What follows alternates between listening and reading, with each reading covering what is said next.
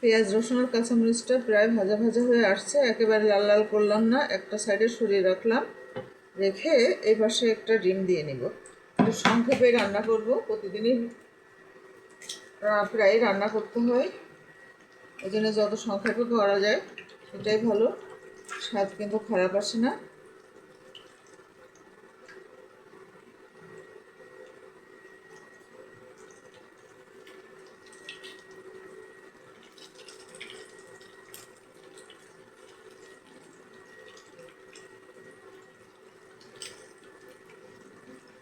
ওদিকে রসুন পেঁয়াজটা আর একটু ভাজা ভাজা হচ্ছে।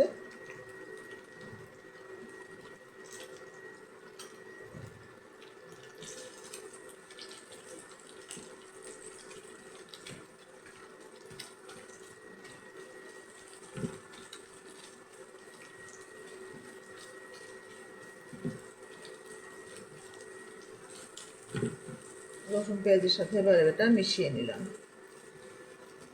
বাড়তি কোনো লবণ ব্যবহার করব না, যেহেতু নুডলসের ভিতরে যে মশলাটা আছে সেটাতেও লবণ থাকে। এটা দিয়ে দিলাম।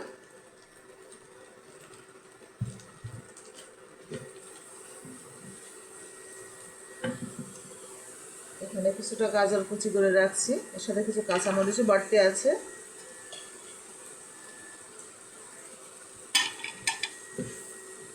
কিছু সবজি দিলে যেমন কালারফুল হয়, আবার একটু স্বাস্থ্য উপকারিতাও বাড়ে, এই জন্য একটু গাজরটাই দিলাম। অনেক সবজি দেওয়া যায়, ব্যবহার করা যায়, বাঁধাকপি, ফুলকপি সব কিছুই দেওয়া যায়।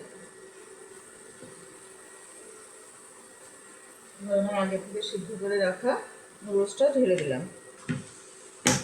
এর সাথে আমি কিছুটা মটরশুঁটি মিশিয়ে সিদ্ধ করছি।